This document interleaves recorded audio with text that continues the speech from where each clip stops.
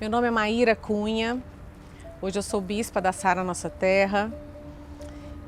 Minha história na Sara Nossa Terra começou quando eu mudei para o Distrito Federal em 2001 e eu queria frequentar uma igreja, morava na época perto da embaixada.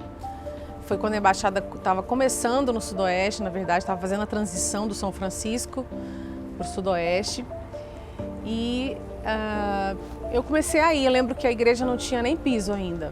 Quando a gente chegou na embaixada, a igreja estava em obras. E comecei a frequentar a igreja, depois procurei uma célula, comecei a frequentar uma célula. E mais ou menos no final de 2002 foi quando realmente começou a minha história de verdade, foi quando eu comecei numa célula e me identifiquei mais com a liderança e quis começar esse trabalho também de liderança. Houve uma identificação muito forte comigo, com a minha líder na época, e eu quis continuar esse trabalho de liderar, que era algo que encheu meus olhos naquele momento. Comecei então todo o processo, fiz a minha revisão de vidas, fiz o Instituto de Vencedores, que não era esse nome na época, era outro nome, mas fiz todo esse processo que todo mundo passa pela liderança. E de lá para cá nunca mais parei. Eu sempre falo para as pessoas que a escolha por liderar, por estar, por fazer esse trabalho, esse propósito, não é algo passageiro. Por muito tempo a minha família falava que isso era uma fase da minha vida. E hoje eles entendem que não, uma fase que já dura 20 anos quase. Hoje eles viram que realmente isso é uma escolha de vida. Isso foi uma escolha de vida minha mesmo, porque eu vim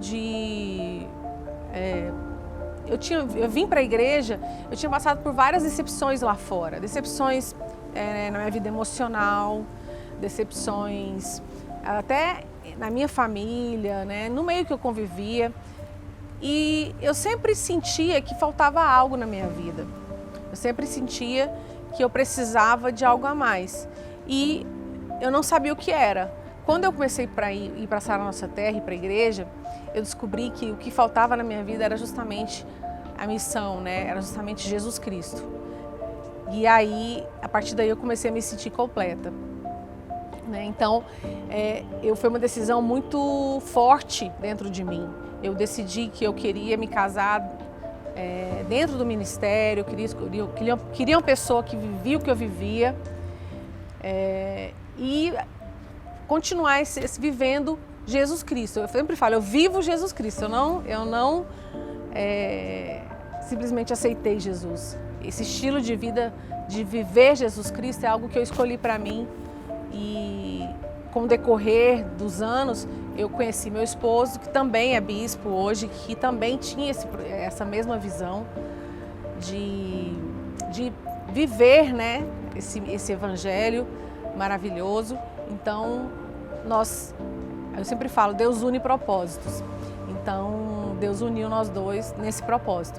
E a partir daí, a gente cresceu, nós nos casamos em 2005, já tínhamos uma equipe até com bastante pessoas. Depois, logo em seguida, fomos ordenados diáconos. Quando foi em 2007, nós nos tornamos pastores. Fomos enviados, passamos por várias igrejas aqui do Distrito Federal. E depois, quando foi em 2013, nós chegamos ao bispado. E também continuamos aí rodando o Distrito Federal até que esse ano agora nós voltamos para a embaixada para estarmos ali ao lado dos nossos bispos, nossos líderes, bispos Lucas e Priscila, para ajudá-los ali a continuar esse trabalho de evangelizar, de ganhar vidas, de formar discípulos ali na embaixada Sara Nossa Terra. Para mim, o segredo para uma liderança eficaz é você permanecer, é você resistir, você ser alguém resiliente, nunca desistir do seu chamado. nós passamos pelo processo da liderança, nós abrimos a nossa célula às vezes demora a encher, e quando vem as pessoas, depois de um tempo ela multiplica, a célula esvazia de novo. Então esse processo vai sempre se repetir, vai ter momentos que você vai estar com mais pessoas, que você vai estar com uma equipe maior, vai ter momentos que a sua equipe talvez vai diminuir um pouco, você vai enviar alguém, enfim, isso vai acontecer. O segredo é você não desistir nunca. E outra coisa, eu sempre falo para os meus discípulos, você nunca pode esquecer do que Deus fez na sua vida, de onde Deus te tirou. Às vezes a gente vai caminhando e as chateações que a gente passa na vida, até mesmo tudo que a gente passa, às vezes a nossa célula não cresce, às vezes o nosso líder fala algo que a gente não gosta, enfim, se você for se apegar às coisas ruins, sua liderança não vai ter uma vida longa. Se você for alguém que é resiliente, que você se apega muito mais naquilo que é bom, se você olha muito mais para Deus, se você olha muito mais para aquilo que Deus fez na sua vida, de onde Deus te tirou, você não vai desistir. Então a sua liderança vai ser longa, vai ser próspera e é assim que funciona. Então para você ter uma liderança que vai permanecer, é você resistir sempre. O que Deus fez na minha vida, eu serei eternamente grata. Deus mudou a minha história.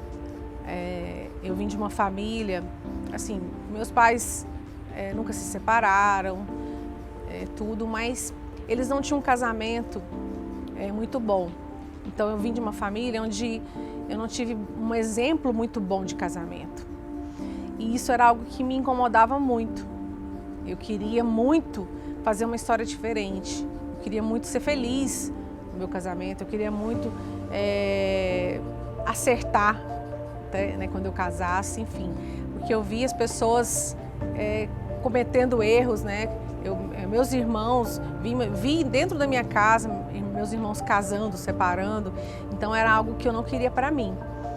Então nós ficamos, depois que eu conheci meu esposo, nós ficamos aí 5 anos, mais ou menos, vivendo muito bem nós dois, né, como casal e tudo mais, até que falamos, não, agora já está na hora da gente começar a pensar na nossa família, né, em ter filhos e tudo mais.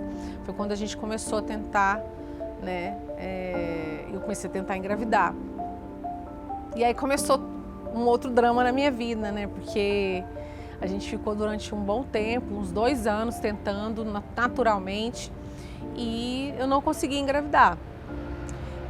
Então, aí, a partir daí, comecei a procurar ajuda, comecei a fazer exames para tentar descobrir o que estava acontecendo, né, se tinha algo errado comigo, com ele.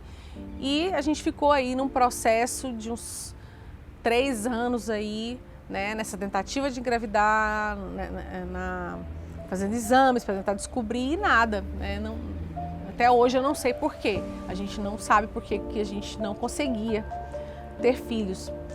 E aí a gente partiu para outros processos, né? Fiz inseminação artificial, fiz 3 inseminações, e nenhuma delas teve sucesso. E aí quando foi depois aí com 5 anos já que a gente estava tentando ter filhos, a gente resolveu fazer uma fertilização in vitro, né? E foi quando a gente começou todo o processo de novo, da medicação e tudo mais. E eu lembro que teve umas celebrações em janeiro de 2015 que o Bispo Robson foi e desafiou a gente a dar os pelotões das canetas. Não sei quem é dessa época, a gente dava um pelotão e recebia uma caneta. E a gente fez 2 pelotões, recebemos 2 canetas. E o Sam falou, né, na época, a gente profetizou que aquela caneta seria a assinatura da certidão de nascimento dos nossos filhos, aquelas 2 canetas. E passou essa celebração, eu fiz um procedimento lá e a gente conseguiu, naquele mesmo mês, foram 5 embriões que foram feitos, né, com os meus óvulos. Então, a gente foi fizemos a fertilização, né? Fizemos ali um implante de 2 óvulos, desculpa, 2 embriões. E aí, quando foi na conferência de 2015, eu engravidei, para a honra e glória de Deus, que a gente tem certeza que se não fosse a vontade dele, a gente não teria conseguido. Então, as minhas filhas, eu sempre falo, as minhas filhas foram geradas no altar. Na época, a gente estava na igreja da Ceilândia e a gente sempre dava aquela oferta da construção, declarando que a gente teria nossas filhas, né?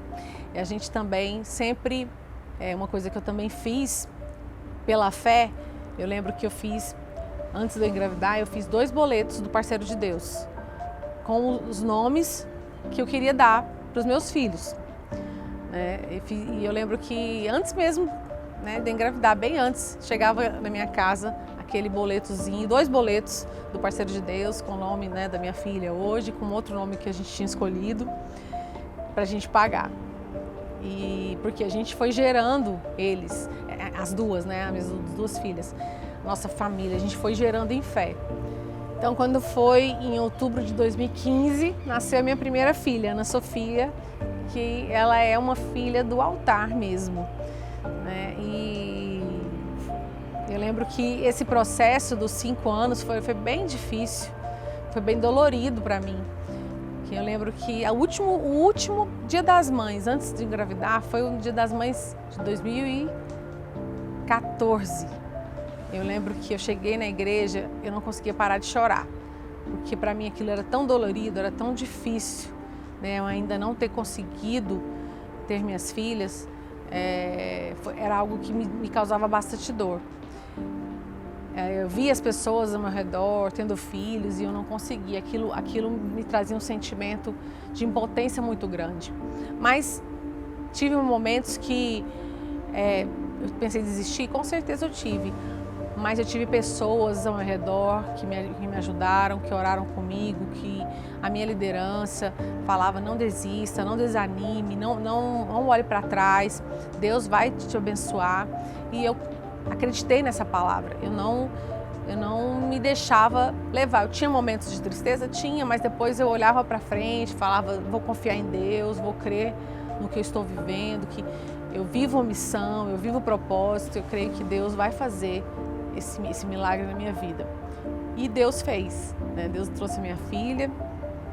Depois de 2 anos, né, eu coloquei outro embrião, que foi a Alice. Em 2018 nasceu a Alice, né, que são hoje as minhas 2 filhas, as filhas do altar, foram geradas nesse altar dessa nossa terra, né, e são respostas de oração minha, do meu esposo, das pessoas que viveram isso comigo, me acompanharam durante esse período, muitos amigos que sabiam do que a gente estava passando, oravam com a gente, a nossa liderança, enfim. A gente não foi fácil, mas a gente nunca perdeu a fé.